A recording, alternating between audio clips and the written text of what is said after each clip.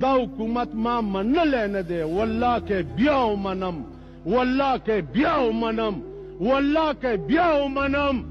40 کاله د پاکستان یو حکومت چې چا منلی آباډو د سړي زوی نه د مفتی محمود تر حکومته پورې 10 میاشتې د هغه حکومتو عام هم نه و منلی.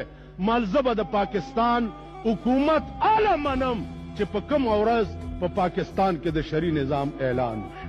خو چې چا زه په جیل کې قیوم خان په جیل کې اچولی وم، خدای مړ کو ما جنازه وکړه. ایوب خان په جیل کې پایلي قوانینو سره نښتي وو، لاړو تورو خاورو له مې ورسولو. یحیی خان نیولی وم مارشالله کې 4,000 روپۍ جرم کم او د کوواټ په جیل کې اچولی یم، لاړو تورو خاورو له مې ورسولو. بوټو خان یې ونیومه، عام تورو خاورو له لاړو.